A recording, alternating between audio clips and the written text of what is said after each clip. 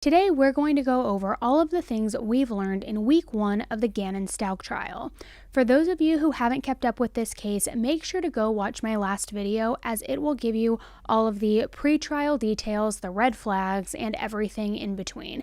I will link it in the description. I know a lot of different accounts and news accounts out there are streaming the trial all day, every day, but that is just like hours on end. So I wanted to jump on here and really just give you a full overview of week 1 highlights, the biggest bombshells, the biggest revelations, the biggest red flags. So we are going to break down all of the big key takeaways from week 1 of trial, all of the red flags, so that you can be fully caught up as we get ready to start week 2 this upcoming week. But for a quick recap, Gannon was an 11-year-old boy who went missing while in the care of his stepmother, or shall we say stepmonster, Letecia, back on January 27th, 2020. His disappearance was extremely shady, and Letecia could not keep the story straight or even logical, not to save her life. Multiple different people were involved in her many stories, but none of those people were truly involved. On March 2nd, 2020, a little over a month after Gannon was reported as missing, Letecia was arrested, and she was charged with the murder of Gannon. His body was found on March 17th in a suitcase underneath an overpass in Florida. The autopsy later officially identified and determined that he had been stabbed, shot, and strangled before being dumped in Florida, over 1,000 miles away from his home. Police said that Gannon suffered from a fractured skull, a gunshot wound to the lower jaw, 18 sharp force wounds, and what appeared to be defensive wounds on his hands. The cause of death was determined to be a gunshot wound with blunt force trauma to the head. While Letecia originally pleaded not guilty, her plea was later changed to not guilty by reason of insanity. As of this week, Letecia is currently on trial for multiple charges, including first-degree murder of a person under 12 by someone in a position of trust, tampering with a deceased human body, tampering with physical evidence, 1 count of crime of violence causing severe bodily injury or death, and 7 counts of crime of violence for using a weapon to hurt Gannon. If convicted, she faces life in prison. So let's jump into week 1 trial updates and all of the red flags and complete bombshells that we learned. And guys, there are many, because Letecia herself is a walking red flag. My name is Elise, this is 10 to Life, and let's jump right in.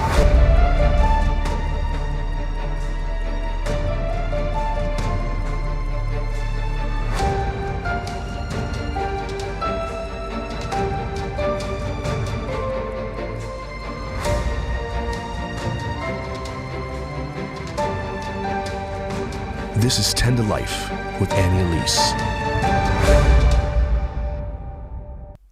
On Monday, April 3rd, 2023, a 12-person jury was selected, as well as 6 alternates, for a total of 18 jurors. The jury selection included 11 men and 7 women.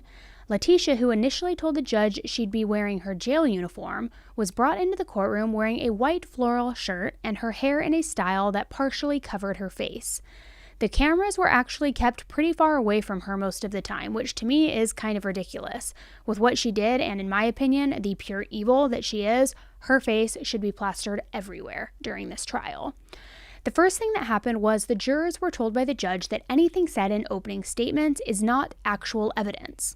Opening statements basically consist of an overview of what the attorneys think the evidence will show. There was another charge of physically harming the child resulting in death that she had been charged with prior to Gannon's body being recovered. That charge was dismissed before opening statements began. The prosecution opened first, with DA Michael Allen speaking and explaining what the jury's job is. Their job is obviously to decide if she is guilty or not guilty, but not in the typical sense that we see in most trials. No one is arguing whether or not she killed Gannon. Her lawyers and herself have openly admitted that. What is being argued is whether or not she was sane or insane at the time of the murder. Her lawyers argue that she was insane at the time of the crime. On the contrary, the prosecution is arguing that she knew exactly what she was doing, was mentally sane, and her actions and evidence will prove that. After explaining the jury's job, Attorney Michael started talking about who Gannon was as a person.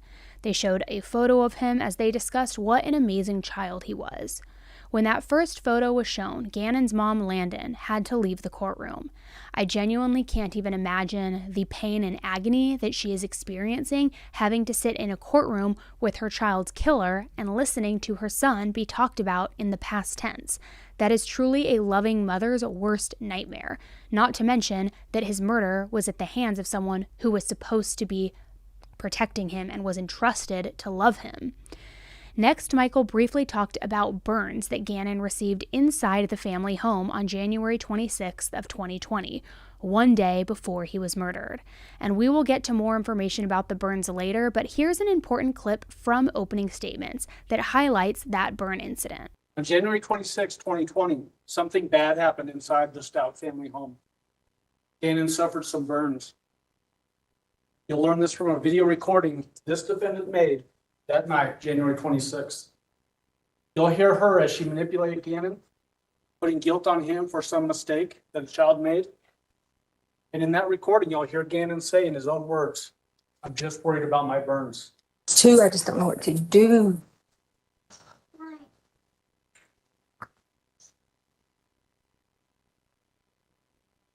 Well, devastating. Initially, Scott, I can't lie, when the TMZ information. Gannon, I promise this is the last time I'm gonna ask you.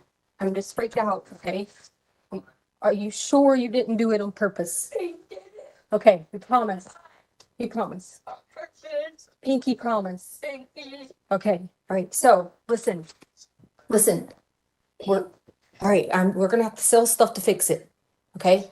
So we figure out what we gotta sell. We can sell the sofa, we can sell whatever, because we gotta get it fixed. So lady, don't be mad at us and kick us out the house. Okay? You got it? You got it? I'm just worried about my Okay, shh, listen. So tomorrow.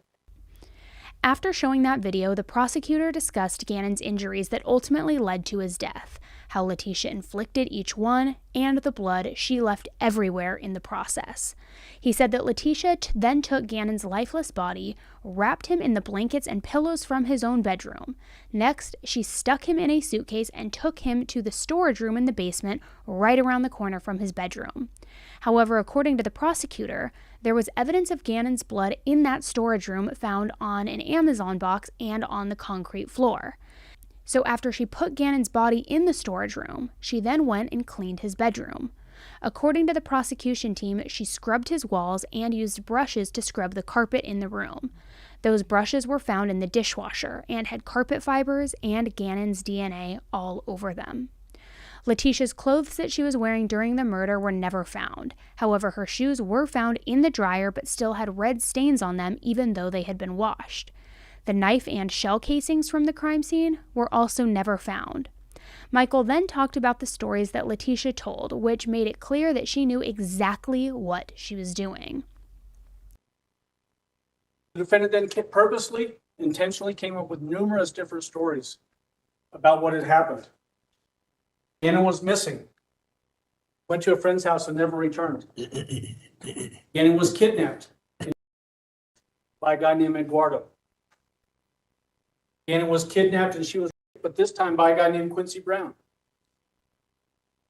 She went to look for a bike up near that Douglas County, El Paso County line.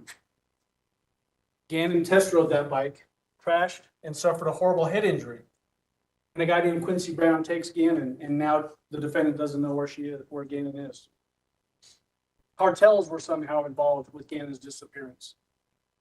And most cruelly, that Landon Hyatt, Gannon's mother, was involved with Gannon's disappearance. All of her actions were purposely designed by her to distance herself from what she did. Throw off investigators, buy her time, escape accountability for what she did to Gannon on January 27, 2020. At the conclusion of the evidence that we'll be presenting in this case, you'll be asked to determine whether the defendant is guilty or not guilty of the charges that we've leveled against her. You'll also be asked to determine whether she was sane or insane at the time that she killed Gannon. All of her decisions, all of her deliberate actions betray her claims of insanity. She knew that what she had done to Gannon was wrong. The prosecutor finished by explaining that the jurors would hear from a number of experts, as well as Letecia's daughter Harley, who rode with her from Colorado to Florida, where Gannon's body was disposed of. He also explained that Gannon had no choice about what happened to him on January 27th, and that every decision was in Letecia's hands, and her actions were deliberate. Next was the defense's turn for their opening statements.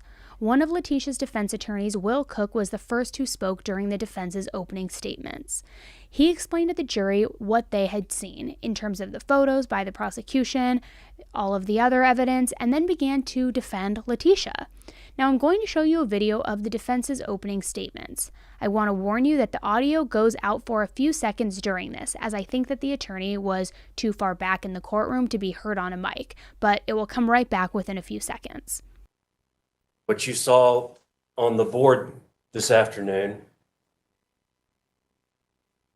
that's the PG stuff, the rated G information, photos you're going to see.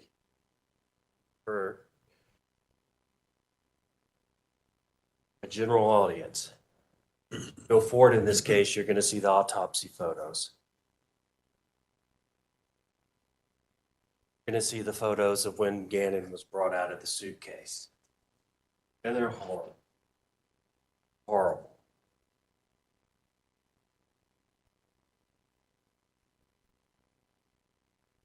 It was an awful, awful thing that was done to Gannon. And I see Mr. Allen get up here, and he's emotional, almost into tears, talking about it. And I get it. I get it. What happened to that little 11-year-old boy is beyond description. The facts of this case. Awful. You know, it's so bad. This is a lost cause.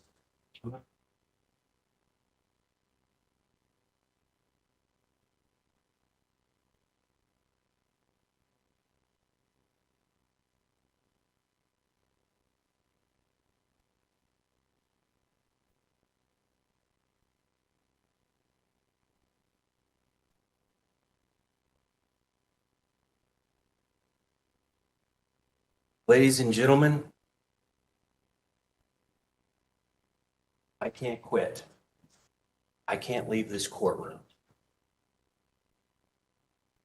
Got to do my job in this case. Mr. Toledo does. I can't just, after that opening statement, all the information that I've seen, the photos, the smiling picture of Gannon, hearing about him being shot and stabbed multiple times. Hundreds of witnesses and 800 pieces of evidence that are going to come in. I can't check out now and just sit down and write this out.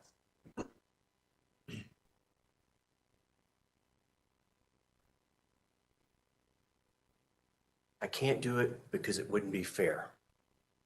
Wouldn't be fair to the court system, the process, and it wouldn't be fair to Ms. Stauch.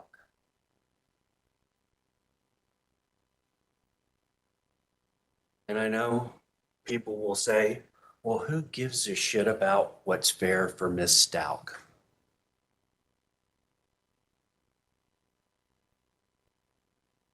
The court systems do. The law does. The Constitution, the Bill of Rights.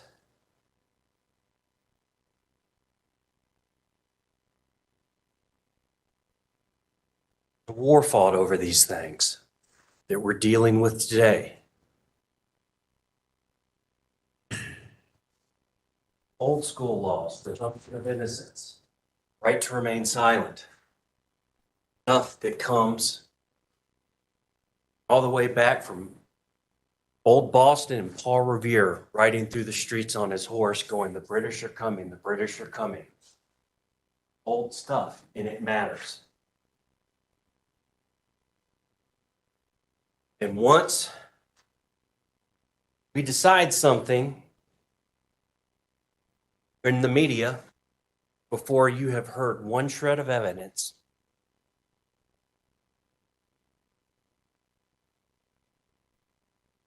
prejudge this case before anything has taken place, then all of that is lost.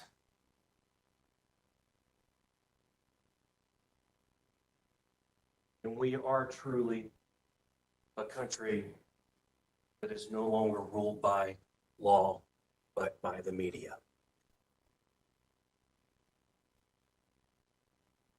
I get it, we've lost. Mr. Tellini, we lost. Stauch, we lost. We have lost in the court of public opinion and the media. He's guilty. I get that. This is a court of law. As Judge Werner said, come through those double doors there. This is a special place.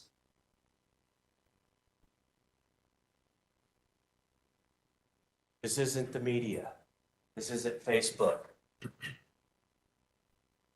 Wash all of that away.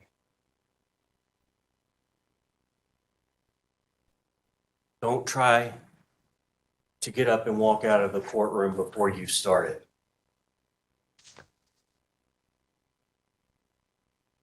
Do your jobs. Listen to the evidence. When the evidence is complete, go back into the jury room and weigh the evidence. The defense went on to show a selfie of Gannon and Letecia the day before the murder and worked to paint the picture that Letecia truly loved Gannon. His argument was that behind the photo, no one is able to see the trauma that Letecia had gone through. He argued that she went through physical violations, emotional attacks, and as a child was taken advantage of in a very sexual nature. He argues that this trauma has had a great effect on her. He explained that from a young age, Letecia was often left in the care of her mother's boyfriends, which essentially put her in an extremely bad and unsafe situation over and over again. Attorney Will Cook said, and I quote, "There was some psychological crack to go from teacher, loving mother, and stepmother to being a killer of an 11-year-old. She didn't wake up that day and say, I'm going to kill my stepson Gannon today. No, she was killing the demons in her life and the dark depths of her childhood." The lawyer stated that the jury will never be given a motive because, according to the defense, there isn't one due to Letecia being insane at the time. He argued that all of the different stories she told law enforcement are essentially evidence of a mind and soul that is broken. He said that to Letecia, it was not Gannon being killed and attacked, it was her demons. According to him, Letecia was diagnosed with a dissociative identity disorder, also known as multiple personality disorder. People who have this diagnosis have multiple different and distinct personalities. Typically, the people who have it suffered extreme trauma, and their brain does whatever it has to do to help them avoid bad memories. It is definitely part of the fight, flight, and freeze responses. Letecia's attorney Will said that during this trial, we will hear from a mental health professional who believes that Letecia was in fact insane at the time of the crime and has diagnosed her with multiple personality disorder. However, he was very clear that the prosecution will have their own set of professionals whose jobs are to basically argue the opposite of the professionals on the defense's side. Will made it clear that he just wanted a chance for Letecia's side to be heard. His stance was that if at the end of the trial and at the conclusion of the trial, the jurors deemed that she was clinically sane after they listened to all of the evidence and did their jobs correctly, that he would accept that answer. Which, to be honest, for a defense attorney, he was pretty convincing, had we not known what we know about Letecia. He's going to have a difficult time trying to defend someone who did something as evil as she did. And let's just say, even if she was insane at the time during the crime and is sane now, she hasn't shown any remorse. The fact that she hasn't shown any remorse, in my opinion, shows that she truly has no care in her heart for Gannon or his loved ones. After the defense attorney wrapped up, court was adjourned for the first day. The next day, Al, Gannon's dad, took the stand, and this was heartbreaking. Al talked about his relationship with Gannon. He showed how he held Gannon's little 1-pound body when he was first born and told the court that he held the remains box of his deceased son that exact same way. When asked about the last time he saw Gannon, he seemed to be a bit emotional. The last time he saw Gannon was at the top of the stairs. He told Gannon, "You're always going to be in my heart, and I'm always going to be in your heart." Gannon responded with, "Okay, Daddy, I love you." And then he told Al that he was going to finish watching Pokemon, and they separated. What Al told Gannon really did stick with me. That sentence almost seems like it was some sort of foreshadowing of what was to happen. And when I say that, I'm not saying that Al knew what was going to happen with Gannon, not at all. But I just find it so interesting that those were his last words to him. Almost like his subconscious knew something was going to happen, or that there was some sort of divine intervention or God coming in at that moment so that those would be the last words exchanged between the two of them. A memory that I'm sure Al holds on dearly in his heart. If you remember the video of Gannon playing in the opening statements where Gannon was worried about his burns, Al was made aware by Letecia that those burns were from a candle spilling. Letecia said Gannon knocked over the candle, which started a fire, and that she jumped on him to put the fire out. Gannon was supposedly grounded from the Nintendo Switch, was playing with it, and panicked when Letecia was coming in and then knocked it over. According to Letecia, there were bubble spots on both his right and left arms that started peeling on Monday. But the other story she told was that she was in bed when the alarm started going off, saying fire. The carbon monoxide alarm was also going off, so she threw the kids in the car to drive around the block and was going to call the security company. But while in the car, she saw Gannon's burn bubbles. Now listen, I'm no fire expert, but I have some questions after hearing that. How did an 11-year-old boy knock a candle over and only get burned on the same parts of both arms? But not only that, but if there was a truly accidental fire started that burned him so badly he had bubbling on his arm, why wouldn't she seek medical care? Even if her opinion was that it wasn't that bad, she wasn't this child's mother or father. She should have immediately sought care. Also, going back to that video, she seemed to be guilting him for it. While a fire would be scary, yes, and stressful, and it supposedly started because he was on his Nintendo, which he wasn't supposed to be on, I would never just blame my child and put adult stress on them when they were in pain from having literal burns on their body. The Nintendo incident would have been a later conversation once the burns healed. Also, wouldn't Gannon have been crying before they even got in the car? And wouldn't he have shown her? I can't imagine that he would have no emotion before getting in the car, given how much he had in that video that the prosecution team played that was taken way after the fact. I know the defense is arguing there's no motive for Gannon's killing, but the candle incident and the video she took just lead me to believe that she really didn't like Gannon at all, had it out for him for whatever reason, and that the motive might just have been the fact that she hated him for some unknown reason. Although I'm sure that the prosecution will reveal the reason at some point during this trial. She also told Al that Gannon was staying home from school because he was constipated and was scared of having an accident. Hearing that does make more sense as to why, if he was alive and Letecia wasn't lying, he would have been able to go to his friends Monday night. It allegedly wasn't a stomach bug or the flu or anything crazy like that, which a lot of people initially were like, well, if he was too sick to go to school, why would he be allowed to go to his friend's house? But I can understand now, if that were the reason he stayed home, why you would allow him to go to his friend's house that evening. While on the stand, Al also talked about Letecia being manipulative. Prior to the murder of Gannon, Letecia had previously made 2 false burglary reports in 2019 that she did admit to him as false. At one point, she had fired a gun out of the window of their home.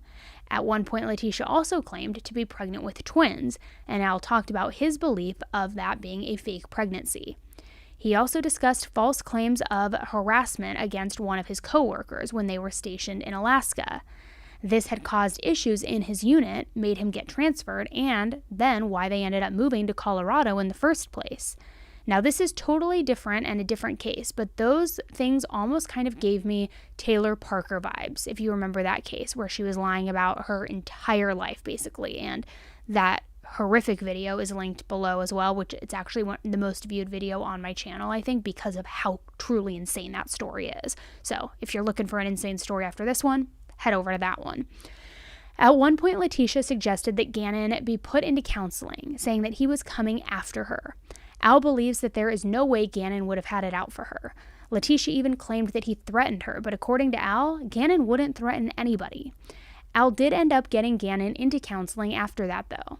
Letecia had conflicts with other people, including the principal at the school that she worked for, and that was because she believed she was more educated than the principal. Then become a principal, Letecia. Letecia also told Al that a bookshelf fell and hit her on the head at the school, but Al believes it's just another form of manipulation, as she showed no sign of injury. Al also talked about the point in time in which he started questioning everything about Letecia's involvement. Al is a military man, and he was in Oklahoma for training and work on the night that he was notified of Gannon's disappearance. He flew back to Colorado to help search for his son, but when Letecia picked him up from the airport, she was in a rental. According to her, she was worried about the miles on her car, so she got a rental to help search for Gannon. Al had the same thoughts as I did, which was essentially, in an emergency, why would your first concern be the miles on your car? And I can tell you with 100% certainty that if any of my children went missing, the miles on my car would never even go across my mind. Pay the 25 cents per mile. Your child is missing. What are you even talking about right now? Letecia had initially told Al that her car, which is a SUV, was at her place of employment, which was French Elementary, and that she had been dropped off by a coworker to get that rental car at the airport. After the initial interview Al and Letecia did with police, Al decided to drive around and look for Gannon. Initially, he was going to drive to the game store that Gannon liked. Gannon loved gaming. He wanted to be a YouTube gamer. He was absolutely obsessed with his Nintendo Switch. It was definitely his most prized possession. Now remember that the Nintendo Switch was never actually located. So anyways, while Al was planning to do that, he thought he should drive by French Elementary as well. He drove around the school 3 times and did not find Letecia's vehicle anywhere. So for him, that was the moment when he knew something was off, and that Letecia knew more. While leaving the school parking lot, he called law enforcement and asked to go back to do a second interview. That week, Letecia ended up moving out of the house because there were tensions rising and Landon, Gannon's mom, was staying at the house. Toward the end of the day, there was a 2-hour phone call playing for the courtroom. This phone call was between Al and Letecia. By this point, the FBI was involved and had given Al tips for this call. Now, I'm going to play a fairly large chunk of it, not nearly 2 hours, don't worry, but I'm going to play this chunk because I think you can get an even more clear picture of who Letecia is just by listening to that call. Okay. You told me to be straight. I got you on the phone, and I'm trying to sit here and tell my own husband every little detail, everything. You think I don't want my family? All right, Tisha, listen. Like I said the whole time, I'm just trying to help you and trying to keep you and Harley safe from all. I mean, these people are after me now. I don't know who the hell it is, but like I said, I had to go get my clothes changed and everything just so I can blend in better. And I want you to know that no matter what, we can work through this together, and I can help you, okay? But you just gotta let me help you. But I have you told me to be straight up. I got a very straight up question, okay? Are you ready? Yeah. Did you kill Gannon? I need to know. I need you to answer me yes or no right now. I killed Gannon. Did The you? answer is no. I can't believe you asked me this. I just gotta know you. I told me to be straight up. I gotta know what's happening to my son. Tell me why you would think I killed Gannon. There's a lot of unknowns. I mean, being straight up again, you changed your story again to me for the 4th time. No, I changed my story. You did. This is the 4th version of the same story, okay? Wow. Like half of what you told me today, with the cut foot, and now he's got burned arms and picking it, and his butt's bleeding. All this stuff is new to what you told me the other day. And the other day you told me you cleaned up the area where you got nobody would see it. But now you told me you just changed clothes. I just don't know what the hell's going on. I didn't tell you. First off, you never even listened to me about anything that went I on. did. No, you stopped because I listened to you. I listened to you, and then I went and got the guns and put them in the truck, and then I came back and me and Landon listened to you, and then I stopped and picked your story apart. So get it straight, Tisha. I listened to you, and I said, if I'm wrong about I will get on my knees and beg you for forgiveness. Did I not say that? Yeah, but you haven't. Exactly, because I haven't been proven wrong yet. I want the truth. If I'm wrong, if the police, no matter what they're doing, the FBI, the CBI, the CBS, whoever, Okay, if they tell me I'm wrong, I will publicly, in front of the world, get on a camera and tell you I'm sorry. But until that happens, we're going to find the truth. How can you tell me that someone didn't I don't understand. How can you tell me that someone didn't do something to hurt me and take Gannon? I'm not telling you that. I'm telling you it hasn't been proven one way or the other. You said you banged your head on the freaking table. Now I got to tell them to go check out the table and see if there's any blood or any of your... You knew that. They had already asked that. Okay, but that's the first I heard of it. You see what I'm saying? Because you never would talk to me. You literally just sat here in a conversation and asked me, did I kill our child? Yes, I did, because because if you say no, then I'll stop thinking that you did it. Okay? That's horrible. I don't know what to think. My son's blood. You're telling me his blood's all over the walls, and now you're telling me the Mexican guy that had the gun to your head or whatever took him away, and he knows him, and he could be anywhere. Hold on. Gun. So where did you get that piece from? That was what that. So now you got me twisting all your stories up, because that was from the first time you told me the story that he had a gun to your head. You told me it was your gun. You told me. But you told me it was your gun, so that's fine. I'm not debating the points here, but I said the black one. Okay, fine. But I mean, you know in your heart I would never hurt Gannon. I absolutely believe that. But I'm doing everything I can to help you right now. And if you, but Tisha, listen. The thing is, if you don't, but it's not just. I asked you if you killed him. You said no, and I'm sorry. That was a hard question. But if you know anything, or you did anything, or just upset about it, we can work together, and I can help you. But I can't help you if you don't tell me anything. It's just there's so many unknowns, Tisha. Oh my God. I mean, did anything happen that was an accident that you're scared about? Really? I'm just trying to, Tisha, you know, with my Army training, I'm trained to ask all these questions to get us in a safe place, right? And that's why I took the guns out from the get-go. That's just my training kicking in. Oh my God, I really thought, I thought out of this conversation, I really thought you were going to be supportive of me. I thought you were going to bring your family back together. And I thought that we were going to talk about everything every single day of nothing but Gannon. That's what I'm trying to do. For a second, you would ask me, did I kill Gannon? I can't believe that. Well, I'm glad you said no. That gives me a lot of hope and peace.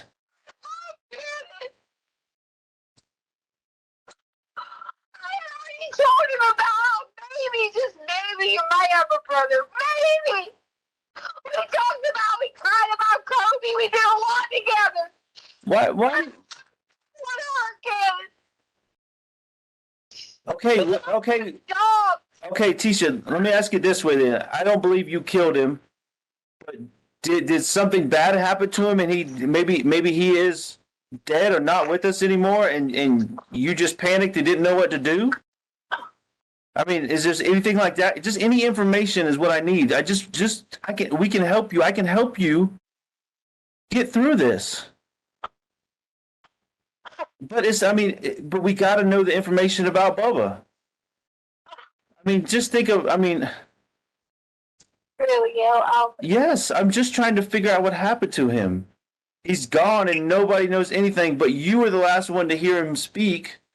Okay, which was Monday when you were driving around and he left the house. The last time we heard him speak, I don't know. I don't know when that was. Before I left, probably. When I left and he went downstairs to watch Pokemon. That's the last memory I have of him. Now, but let me tell you something. People don't have the life that I have. People don't just be a normal person. Just doing their thing, finally have what they want to do and be in the sky, working. Oh, they don't do that. People premeditate things in life. There's no sign or indications of anything that I would have ever hurt those children. I fought for you. I fought for them. Yes, you did. You fought for all of us. You're right. I'm not I'm not questioning any of that, Tisha. I just did an accident happen? I mean, other than the candle or the burn? I don't know. I'm just trying to ask all the questions. I've worked with children long enough, Albert. If an accident happened, I'm smart enough. I know what to do. I've had plenty of friends who've been in situations where they've been in the classroom. They accidentally dropped the kid. The kid might have broke their leg. You go to the people, you tell them it's an accident, and you work through it. Okay, so all right, you also said something that was calmed my heart, tremendously about Bubba. That basically you didn't premeditate anything. So whatever happened to him had to be an accident, just like the candle. And obviously you wouldn't plan on something like that because you're a teacher and you do all those babysitting events. I know you wouldn't hurt kids intentionally, but whatever happened was an accident, and I know you didn't plan it. I didn't have anything to do with it. Why are you saying this to me? So he would have had to have died naturally then, other than. He's dead. I don't know, Tisha. I can't even believe you are saying that. Gannon isn't alive. What's wrong with you? Because it's just none of this makes any sense. I mean, he would have been found by now. Okay, he didn't. All the cameras, all that footage shows him not leaving the house other than in the truck. And I like I said, I'm just trying to help you get through this. Help me? Yes, help you because. Help me get through this. Because I am trying to help you. I want to know what happened to Gannon and try to help you and keep Harley safe and everything that I've said the whole time because that's who I am and you know that. See what y'all think. This is what y'all think. Y'all think somebody's gonna come in here and say something just to appease everyone. But a true person who is completely innocent, y'all can keep beating me down in the ground all you want to because I didn't do it. I'm not beating you down. You think you don't want me anymore? Fine. You don't want our family anymore? Fine. You took my car. You took everything. I didn't take anything. They got all my shit too, Tisha. I got 2 cars now because Harley's not going to pay for it. I got 2 cars I got to pay for that I can't even see or touch. I'm begging you. No, she hasn't. That I know. So Every day, Albert, why are you not with your wife? Because you want to be so honest and ask questions. Why are you not with your wife and daughter? because okay, I'm going to tell you the truth right now because of this conversation, Tisha. I don't know, and I've told you that the whole time. I'm confused. I'm all over the place. I can't get the truth from you or the police or nobody. And now it's just even worse now because I got another story I've got to try to make a theory from. Another story? You have never talked to me. But you just told me. You told me a few minutes ago we had and we went over it. You told me the first story. No, first you told me he ran away. Then it was the story. Then it was the second story. Now it's the third story. I can't believe you just said the rape story. I'm just. What do you want me to call it? The story of Gannon disappearing. Okay, you told me the first version of that, the second version, and now the third version. You a second or third person. Yes. You sit down and talk to me. No, that day that I got home. No, the day I got home, that next morning after my mom and sister and Landon and everybody was at the house, you told me you were texting Bethel and you told her the story. I don't know what you told her, and I kind of don't even. Yes, you do. I don't even care. No. I had y'all there. Had us where? My God, I can't believe you're lying to me right now. About what? I'm not lying to you about anything, Tisha. Albert, they had y'all at the police department when I was there. Oh, you mean when Landon showed up and then they brought, I was already there or whatever? Is that what you're talking about? Because that's the only time I know. I don't even know when you're there. I just assumed you had finally come in that night. Or was it the next day you came in? I don't even know, Tisha. You were there because she was talking to you there. Who was? Bethel. She was talking to me at the police station? Yes.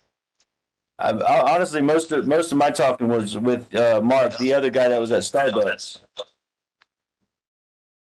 So I don't know what you mean she was talking to me. I think I might have talked to. I think I talked to her for like 10 or 15 minutes. If I'm Did not tell you anything different. This is how my day went. I was going to lay down. Lay down. Hey, Tisha, I believe you. Okay. What I want you to answer for me is those simple questions. Did Gannon die and you just freaked out, or was there an accident involved?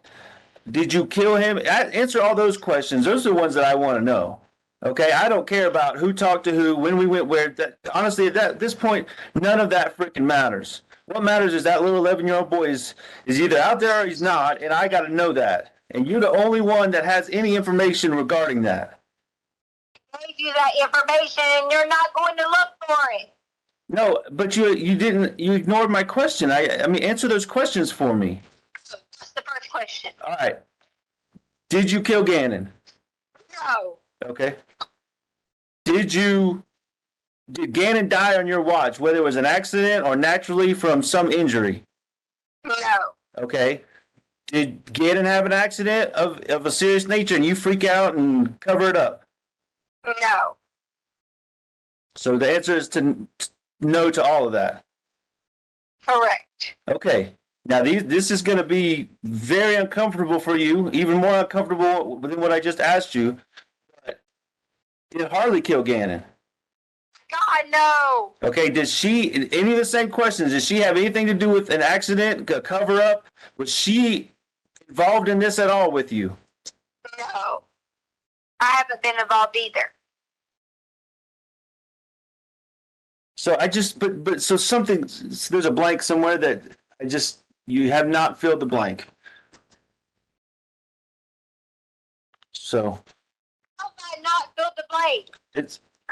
So you don't think for a second that someone came in the house again, and you don't think that? I don't doubt that. I don't know what to believe, but I'm not doubting you. I'm just having to ask all these questions. So, I begged you. I said, hey, let us all be together. Look at me in my eyes and ask me that question. Feel it in your heart and then ask me that question.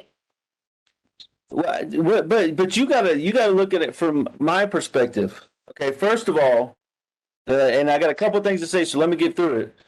These stories, just like I've said the whole time, they don't sound legit to me. They just don't add up. They're not true. Something is off from every story because there's different versions. So that's number one.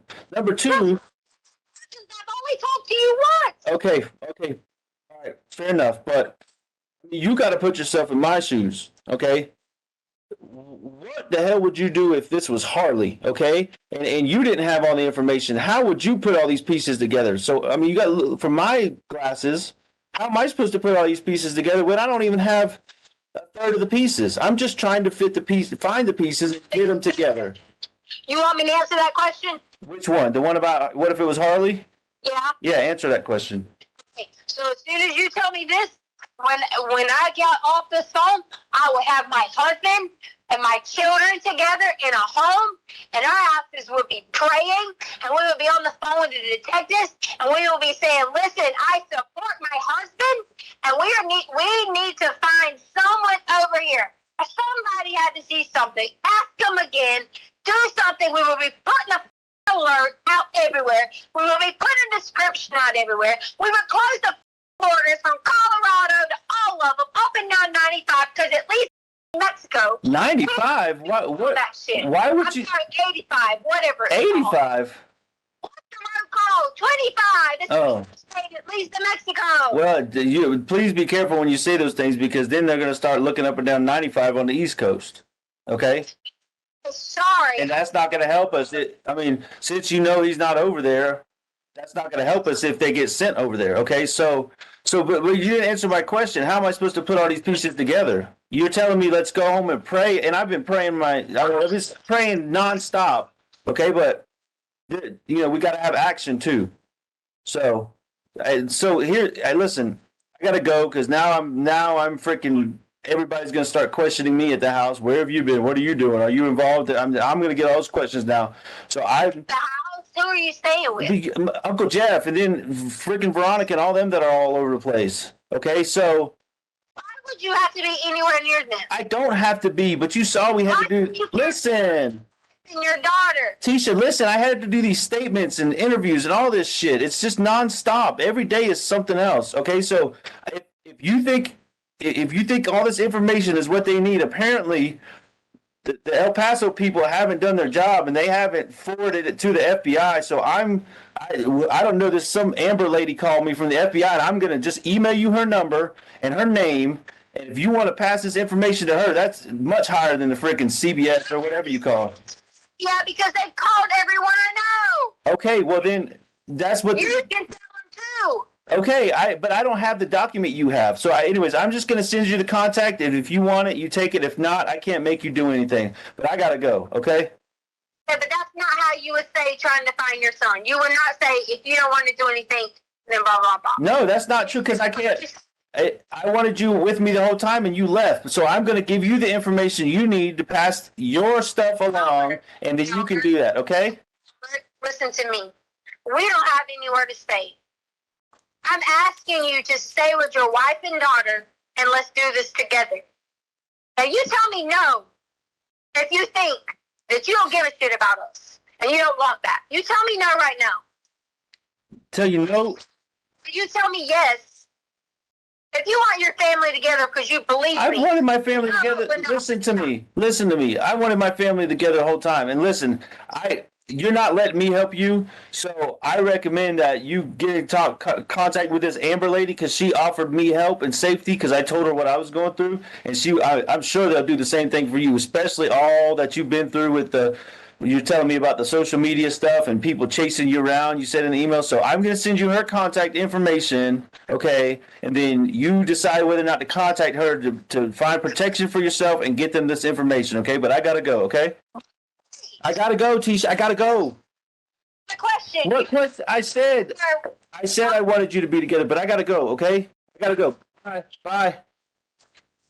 That phone call was really frustrating to listen to. First off, she sounds like a banshee. She was clearly absolutely heated, but not for the right reasons. Whenever she got caught up in stories, she seemed to just start yelling more and tried to deflect. She also didn't sound insane. She seemed to know exactly what she was saying and doing the entire time. Pretty manipulative, if you ask me. Second, I just gotta say, this dude is a saint. I can guarantee that if my child had gone missing and my spouse was giving me as many inconsistencies as Letecia was, I would not be able to keep my cool. But I get it. It was a tactic that he was using. So day 2 wrapped and day 3 started with Al back on the stand. They played a phone call of Letecia practically begging Al for immunity.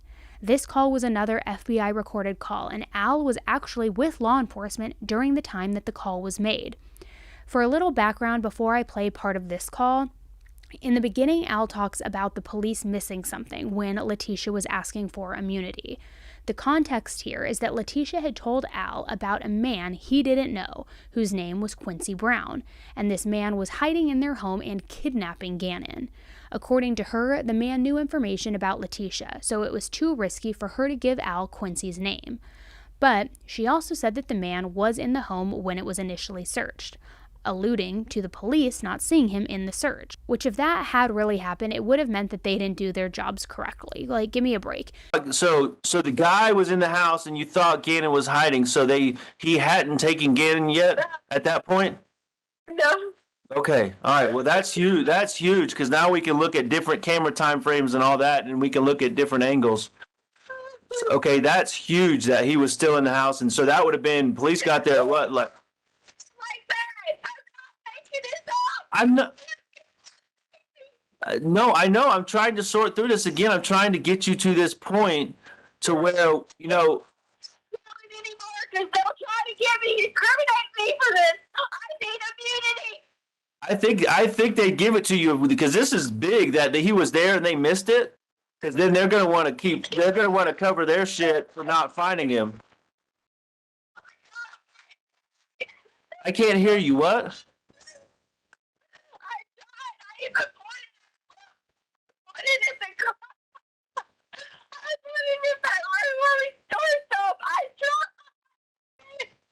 You did what? You did what?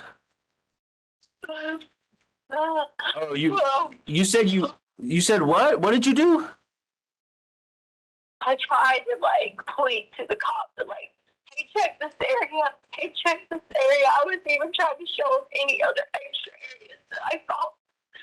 I said I didn't know if Gannon was with him or I didn't know if Gannon was by nobody. I didn't know at that point. Okay, but then you figured out. How'd you figure out he wasn't by himself? I'm not selling anything else before I get immunity. Well, I'm trying to figure out. I'm trying to put all this together. You said you pointed them in a direction, but where in the storage room were you? Directions. I said I was just giving all the big areas of the house. I want you to tell me why you panicked. Why? Why did you panic when the accident happened? When Gannon did whatever he did, I mean, he made a mistake. Whatever happened, why did you panic? After Gannon was hurt, after he hurt himself, after he had an accident, after he banged his head or something, why did you panic? Panicking. What are you talking about? So, wait, well, you know what? So back to this Palmer. I'm all over the place here. Yeah, because you're trying to make it out to be me and it's not me. No, I'm trying to make it out to be where's my son, okay? If you were in Palmer Lake and then Douglas County and whatever, you did all these turns and turned around and this guy was out there laying in the road, he got in a truck, why do they have your GPS in your car? You were in my truck. My phone. No, but I thought you told me yesterday you left your phone at Petco because you had to go back to get it. No, that was Gannon's phone. Gannon's phone was left at Petco. You told me, yes, Tisha, I'm not stupid now. Okay, listen, you know I'm better than that. You told me yesterday, you said it almost verbatim, almost quoting you now. You said I set my phone on the counter, okay, because I had these 2 or 3 doggy sweaters or whatever, okay, and then... No, you told me yesterday it was your phone, and then you said it and you forgot it because you kept going and looking at him to make sure he wasn't getting out the truck. Now it's you. Tisha, but how is it all true when you've told me 7 different versions of the same thing? It can't all be true. He can't be a Mexican named Uncle Matt, lived it, but he wasn't there until he got in the... See how you keep doing? No, what I keep doing is not being stupid and letting you get me with bullshit, okay? I need the truth. Really? Yeah, really. Really? Really. How do you know where he's at if you don't know Quincy Brown? If you're not involved, if you don't know what's going on? Not involved. You fucking told on yourself. You just told on yourself. You know where Gannon's at and you're lying. I don't know where Gannon's at. You just said he's in Colorado Springs. I said Quincy Brown lives in Colorado Springs, apparently. Now you're twisted the words again, Tisha. Okay, where's Gannon? I don't have Gannon. You can curse me out, call me whatever you want, you want, do whatever you want, because I don't care about you. Good. I don't want you to. You got my son, and you know where he's at, and I need to find my son. You obviously don't care about my son if you're going to do all the things you did in that video. That was bullshit. That's the same shit you tried to do to me, and you did it to my son. That was horrible. You should go to jail just for that, Tisha. Yeah. Yeah, absolutely. That's and you know it. Had that little boy. No, you had him crying when all he thought he had made was an accident. And you had him thinking he was going to have to sell his Switch and his toys on the video you put out there. I didn't see that. You put it out there. That's your. Didn't think he was going to sell his Switch? Yeah, that's crazy. or what? Well, that was where it was going. The couch or we're going to sell this or that. I heard your words. And I heard you make him cry too. Where's my son? Crying. Where's my son?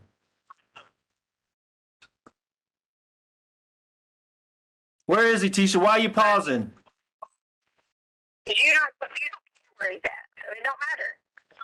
I do care. I told you where I think he's at. You told me he wasn't there. You said they're barking up the wrong tree, and then you said he is in Colorado Springs. You said that.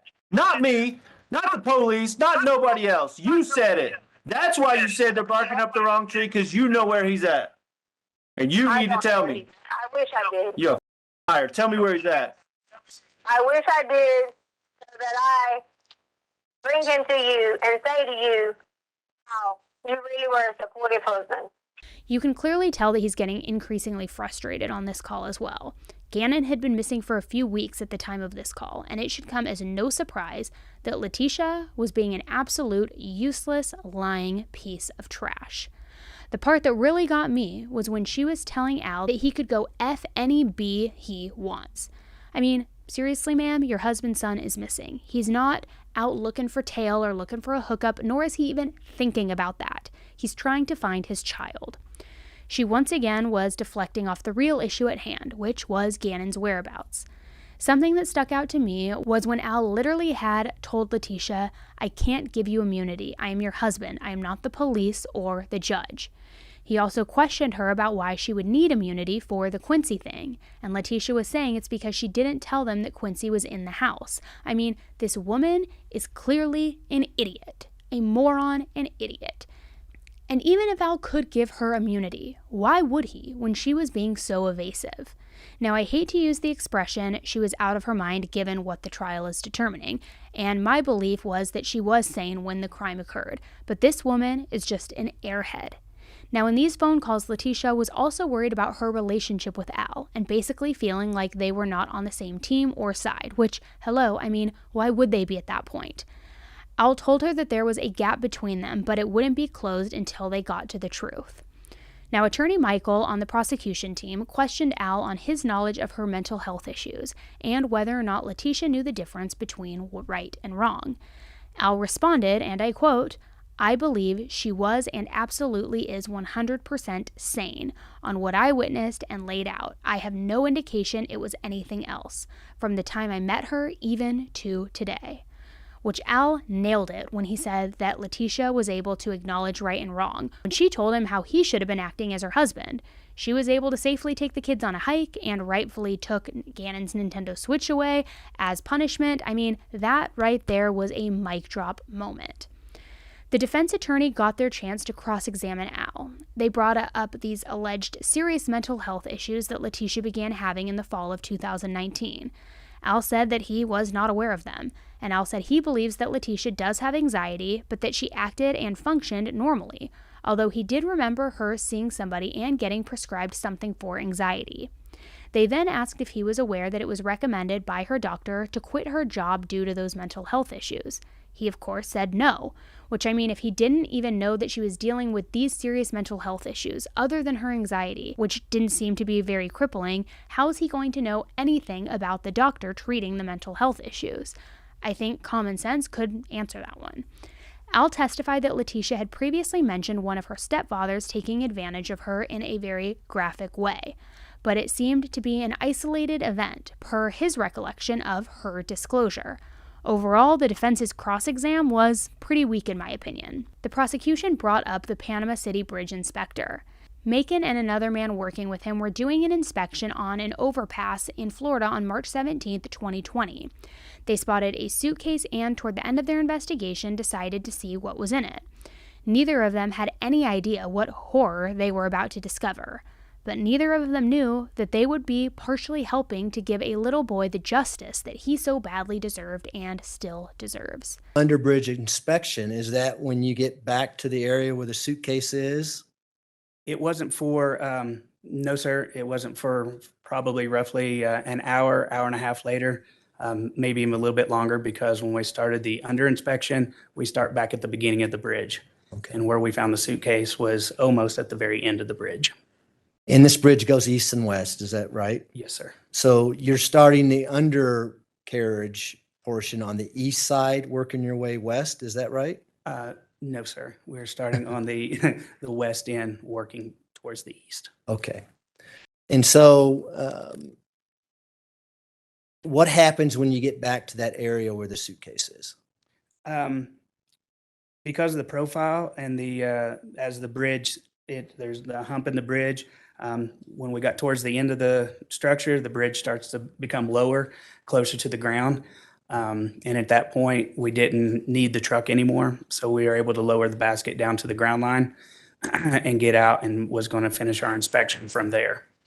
And that's when we lowered down to the ground, we've remembered that we had seen the suitcase.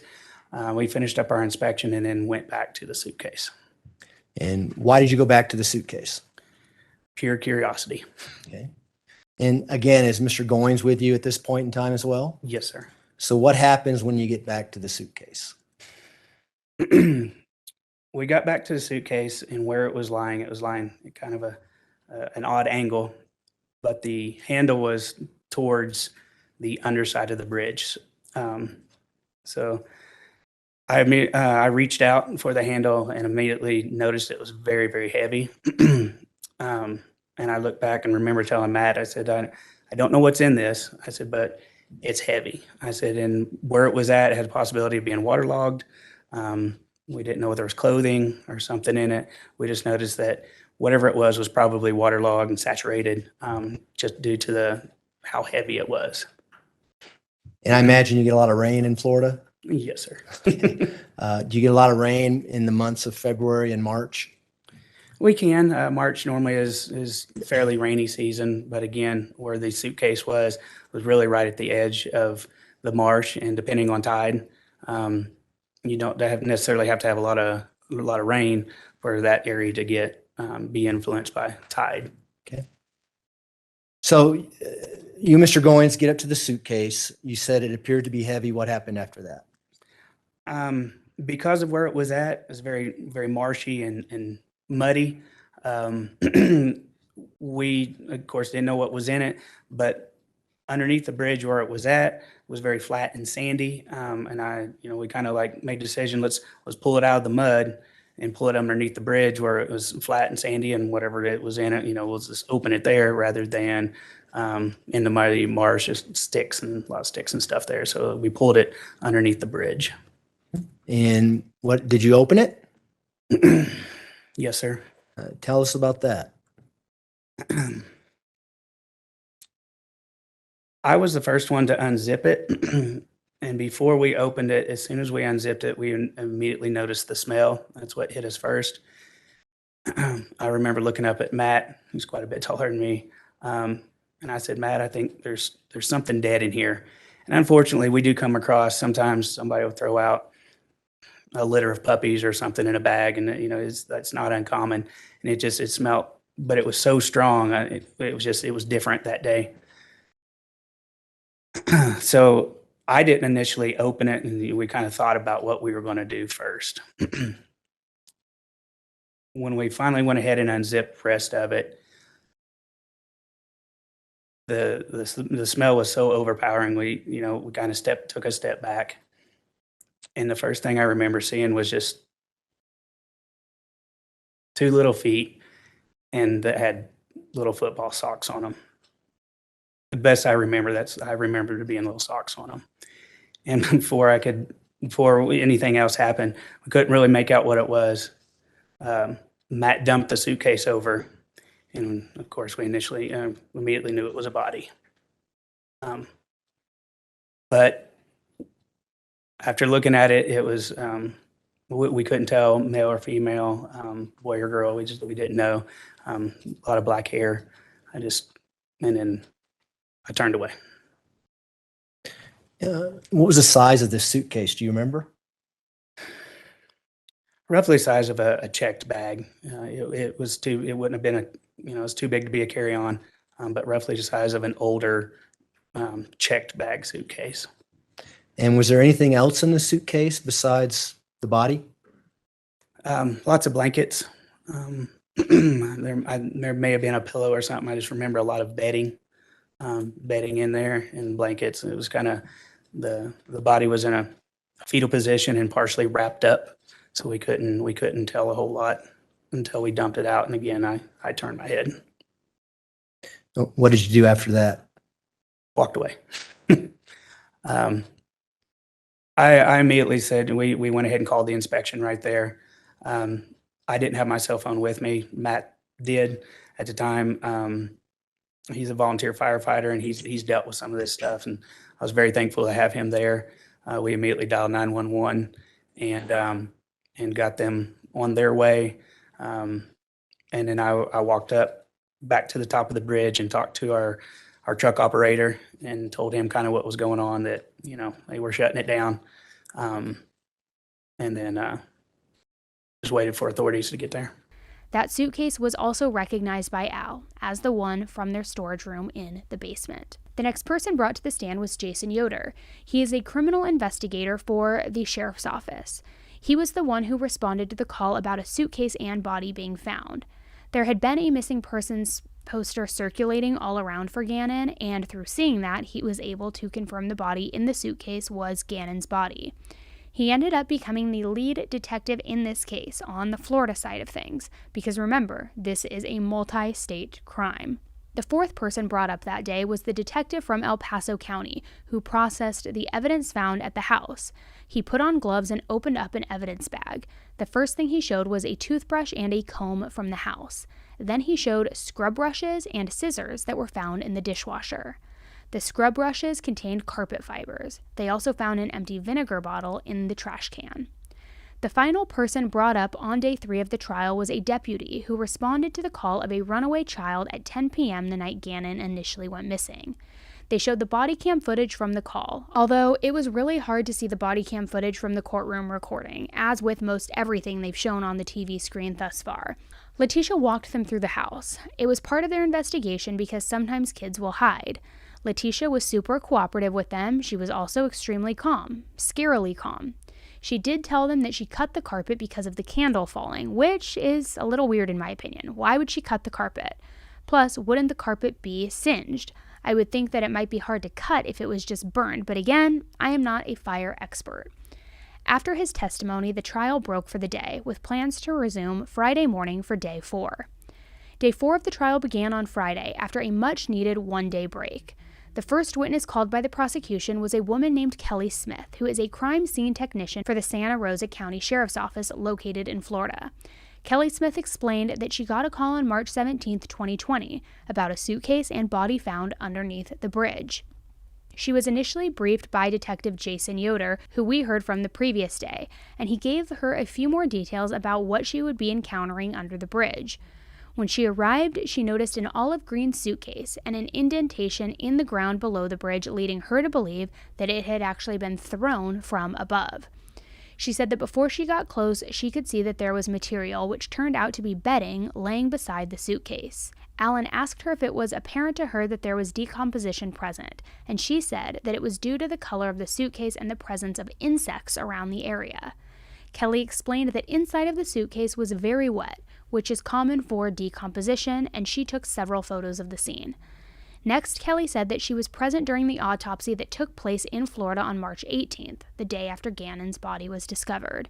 Photos were shown of a bullet as well as bullet fragments that were removed from Gannon's head during the autopsy. She was given a pointer to identify items in various photos for the court, and she pointed to a pillow that was found inside of the suitcase. She explained that the pillow was x-rayed and found to have 2 additional bullets lodged inside, for a total of 3 bullets being recovered. Gannon's t-shirt and jacket were displayed, and Kelly pointed to defects on the clothing that coincided with wounds on his body, such as his arms, collarbone, and chest. Some of the defects on the inside lining of the jacket indicated that there were wounds on Gannon's back as well. Kelly Smith explained that the items in the suitcase, as well as Gannon's clothing, had a very strong odor of decomposition, which is why the defense chose to only show photos of the items rather than bringing them into court for the jury to see firsthand. The next portion of Kelly Smith's testimony was impactful for everybody in the courtroom. The actual suitcase where Gannon was discovered was brought in. It was brought in enclosed inside a large plastic bag, and it was displayed to the jury. The suitcase had a broken handle and was honestly a lot smaller than what I was expecting. When it was explained that Gannon was placed in that suitcase along with a pillow and 2 pieces of bedding, I expected it to be the size of a large suitcase, one that you would check at the airport. But this bag looked to be medium size at best. Even though Gannon was only 11 years old, it's not like he was the size of an infant, and it gives you a horrifying mental image of how she was able to get everything to fit inside of that suitcase. During the examination of the suitcase, you could see Letecia hiding her face and keeping her head down, not wanting to see the item that she used to dispose of Gannon. After it was removed from the courtroom, the prosecution was finished, and the defense had no questions for cross-examination of the witness. The next witness called to the stand was Florida law enforcement senior lab analyst named Trevor Seafort. Trevor is an expert in forensic biology and DNA analysis and has been called 55 times to be an expert witness in the state of Florida. Over his career, he has analyzed over 8,000 DNA samples and has worked hundreds of cases, making him very experienced in this field. At this point, Letecia didn't feel like she needed to hide her face anymore and seemed a little more interested in what he had to say, even sort of perking up in her seat during his testimony. He explained that he attempted to collect a DNA sample from inside Gannon's cheek as well as a blood sample, but his tissue wasn't able to give him enough information to make a DNA profile due to the deterioration of the body. He explained that in Florida, where Gannon was found, there was a high level of heat, humidity, water, and decomposition, which causes soft tissue to break down and makes it difficult to get a reliable DNA sample.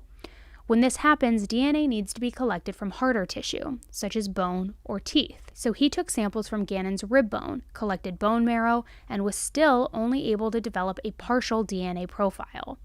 Back in Colorado Springs, a DNA profile was created by another crime lab, and the two were compared and came back as a match. When the prosecution was finished, the defense did not have any cross-exam questions for this witness either. Up next was a witness named Alexis Pack. She was a front desk receptionist at the Candlewood Suites Hotel in Pensacola, Florida, back in February of 2020. Alexis identified paperwork that showed when Letecia checked in and out of the hotel, and she also showed that she made her reservation using a fixed rate given to people who work for Ford Motor Company.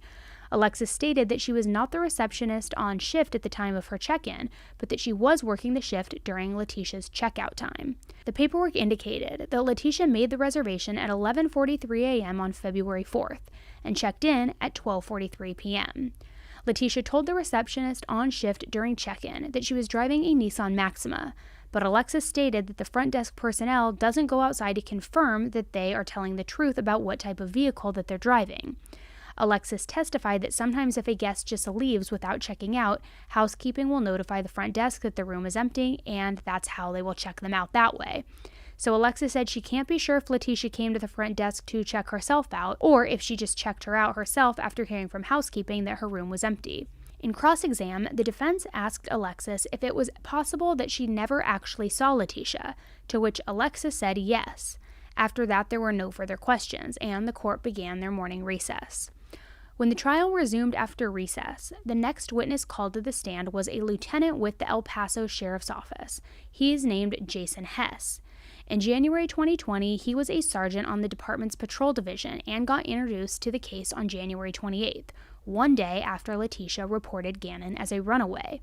The lieutenant stated that this situation was categorized as an extreme risk because it was winter and Gannon was only 11 years old and had never previously ran away. He testified that he met with Letecia several times face-to-face to follow up on any new information, and that he met with Letecia and Gannon's father Al at Starbucks along with some other detectives involved in the investigation. Letecia apparently told Jason Hess that she had been taking care of the burned carpet when Gannon left the house between 3:15 and 4 p.m. to go to a friend's house, but that she wasn't sure which friend it was.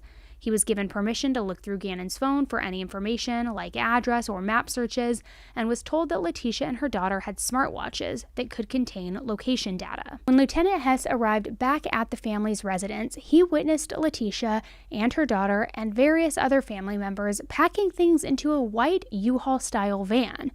The prosecution asked Lieutenant Hess if the way that Letecia acted was typical of how parents or family normally act when they have a child who has run away or gone missing. He stated that normally when a child as young as Gannon has run away for the very first time or is missing, there are usually more emotions present from the guardians. Next, he was asked about Letecia's mental state and if he believed that she was suffering from a mental health episode or from dissociative identity disorder. After he testified that he didn't believe she was, the defense asked him if he has worked with people that are diagnosed or if he had in the past, and he said that he believes he had, but he wasn't sure exactly how many. The next witness to come to the stand was Leslie Hicks, who was the assistant principal at Mountain View Middle School in 2020, where Letecia had gotten a job. Leslie stated that over her career, she has been responsible for interviewing hundreds of teacher and staff candidates. She said that in 2020, Letecia applied for the position of resource manager at Mountain View, which is a teacher that works with students who have special learning needs and also manages these students' files and documentation about the resources that they are receiving at school. Leslie Hicks was one of the team members at the school who conducts the interviews, and she stated that the team felt that the interview with Letecia went well, so she began looking into her references. One of the references that Letecia wrote down was a person named Connie Huddle, and when Leslie went to call this reference on her caller ID, the name came up as Eugene Stauch. So a woman answered the phone, and when Leslie asked if it was Connie Huddle, the woman said no and hung up. She said she didn't think too much about it because sometimes people put down the wrong phone number, and she ended up just asking Letecia for more references to contact. But if you remember, Letecia's husband Al's first name is actually Eugene. So in retrospect, it appears that Letecia just put down her husband's phone number as a reference. That way, if the principal called for a recommendation, she could either have him or somebody else maybe pretend to be an old boss or something and give her a good reference. Leslie was also asked about Letecia's education background, and she testified that Letecia had written on her resume that she received her doctorate from Liberty University and even went by Dr. Stauch. But Leslie didn't verify if she was telling the truth about that. She said it wasn't her responsibility to do that, but also most people don't lie about having a doctorate, especially in the education system. Regardless, Leslie offered Letecia the resource teacher position. Letecia accepted and asked Leslie what time she should show up for work the next day, but then apparently began texting her about how she had accepted an interview for another position in the district before she was hired and wanted advice on whether or not she should still go to that interview. It seems like this other job was possibly a higher ranking position, and Letecia told Leslie that she didn't want to step on any toes. Leslie told her that she could still go, but that she would need to create sub-plans for her students. The prosecution asked Leslie how she felt about these messages, and she said that the tone made it seem like Letecia was being conscientious and wanting to do a good job for her new school. She said that the last time she saw Letecia was on Friday, January 24th, and that her demeanor was normal and didn't seem like she was going through anything mentally. However, on Monday, January 27th, the day that Gannon went missing, she got a text at 3 a.m. saying, "I'm sorry for the time of night of this message, but my stepfather passed away. Someone hit him with a car while he was walking. I can update you at a later time." Leslie was obviously asleep during this time, but Letecia sent the same message again a few hours later. Here is Leslie going over the text exchange with Letecia from that morning. At some point that morning, did you wake up? Yes. Okay. Like a busy assistant principal, were you then able to look at all your messages? Yes. Okay. When you had an opportunity to read this message, what was your response? I responded saying, "Oh my goodness, Letecia, I'm so sorry." Okay. And we'll move onwards. What else did you say? And then shall we try to find a sub for you today? Okay. And about what time is this based on the timestamps we see here? 5:50 a.m. Okay. Subsequent response by the defendant's telephone number. We'll move up. What was that response? 2 question marks. It's apparent all my family lives in the East Coast. I'm trying to find a way to get there. And what time was that sent? I was sent at 7:21. Okay. What was your response to that message? Okay, I'm just trying to understand your plans so that we can find coverage. Am I understanding that you will not be in today? And what time was that sent? 7:32. And the response from the defendant's phone? Yes, it's my parent. I can't believe I can't believe that would not be an assumption in a time like this. And your response to that? I'm so sorry for your loss and we will support you, but I cannot make assumptions. I do need some direction from you. We will get a sub today. Please let us know what else you need moving forward. Okay, Ms. Hicks, you can take a seat now. Thank you.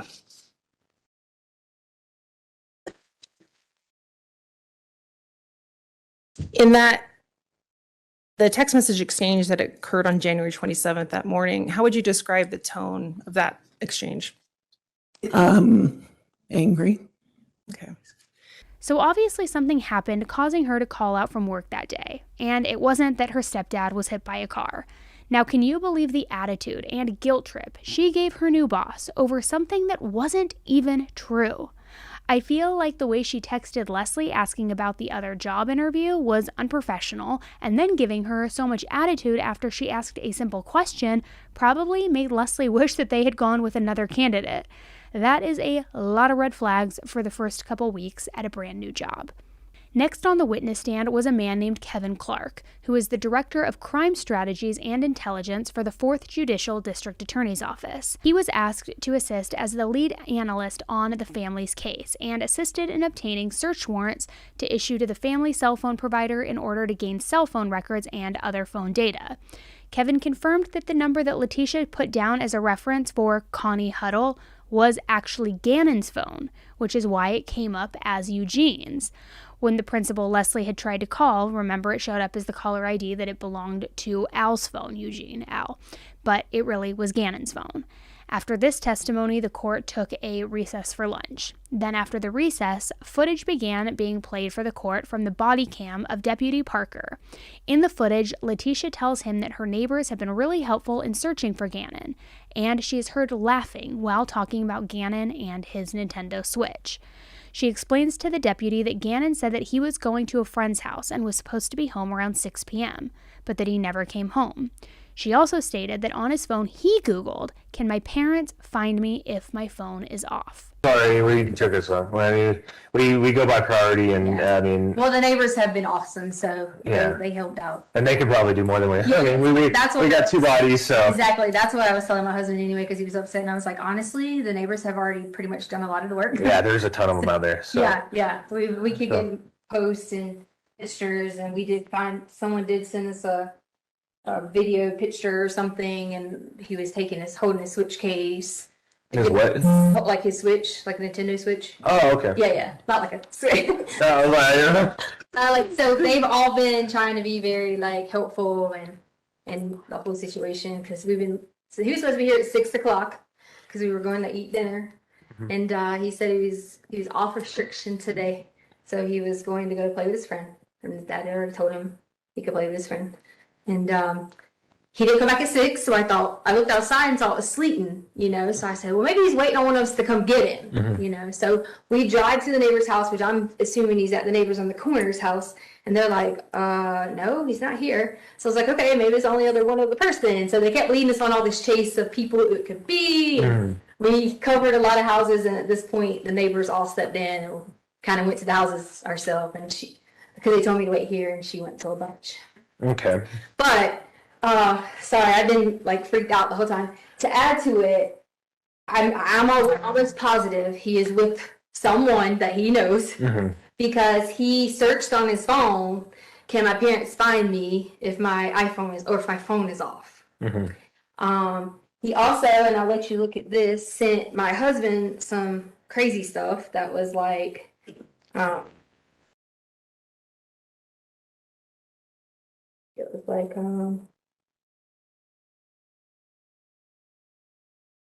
so he sent my husband a message that says, "Do we have any bath salt?" And then my husband said, "For what?" Asked me. And then, because my husband didn't think, what he was talking about. And it says, "My friend said if I get some, we could play," and he has a Sonic there this weekend. Because he's big into Nintendo Sonic. Yeah, right. And then my husband said no. So then he said, "Can we play today if my tummy stops hurting?" And so my husband said he'd call him.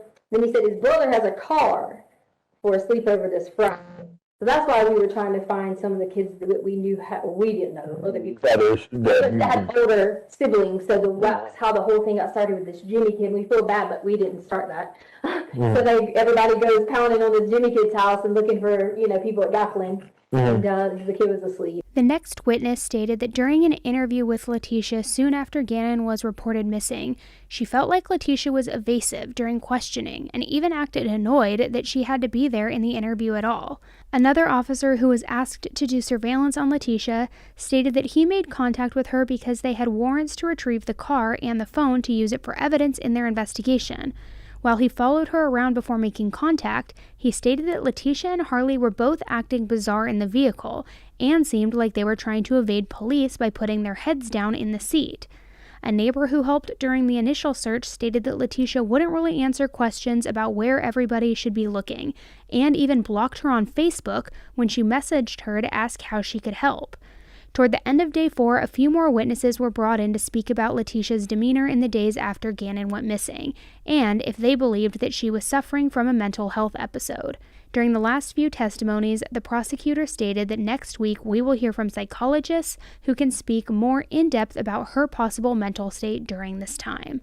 The trial for week 1 ended up concluding late Friday afternoon, very late Friday afternoon, and that is where the updates landed as we now go into week 2.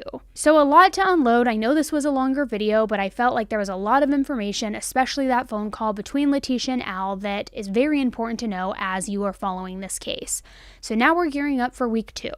We're going to see what more information, what more evidence comes out, and any new tricks that Letecia and her defense try to pull, and we'll keep following this very closely. I know that there are a lot of accounts out there and a lot of news accounts out there as well who are streaming the trial all day, every day. So if you find it helpful to have these summarized recaps of the big takeaways, let me know and I will keep doing these week to week as we continue through the trial. So just let me know in the comment section below so that I can get a pulse on if this was helpful for you guys or not. And you can also just quickly give this video a thumbs up and I can use that number to also identify, is this helpful for you guys and do you want me to do this at the end of each week? So let me know what you guys think about the phone calls, about everything, the level of, in my opinion, gaslighting that Letecia was doing against Al. Let me know your thoughts on what we have now found out from week 1 of trial. And let's continue to pray and hope that we get justice for little Gannon. All right, guys, thanks so much for tuning in. And as a friendly reminder, my brand new true crime podcast, Serialously, has officially launched. It is on all podcast platforms, whether you're on Apple, Spotify, whatever it is, with new episodes every single Monday. And we are talking about true crime in more of a candid way, just like a conversation with your BFF. So again, that is Serialously, and new episodes are released every single Monday morning, exclusive to the podcast, and then they will be uploaded later in the week on YouTube. But go check out the podcast on all podcast platforms, and I appreciate all of your support so much. All right, guys, thanks again, and until the next one, stay safe.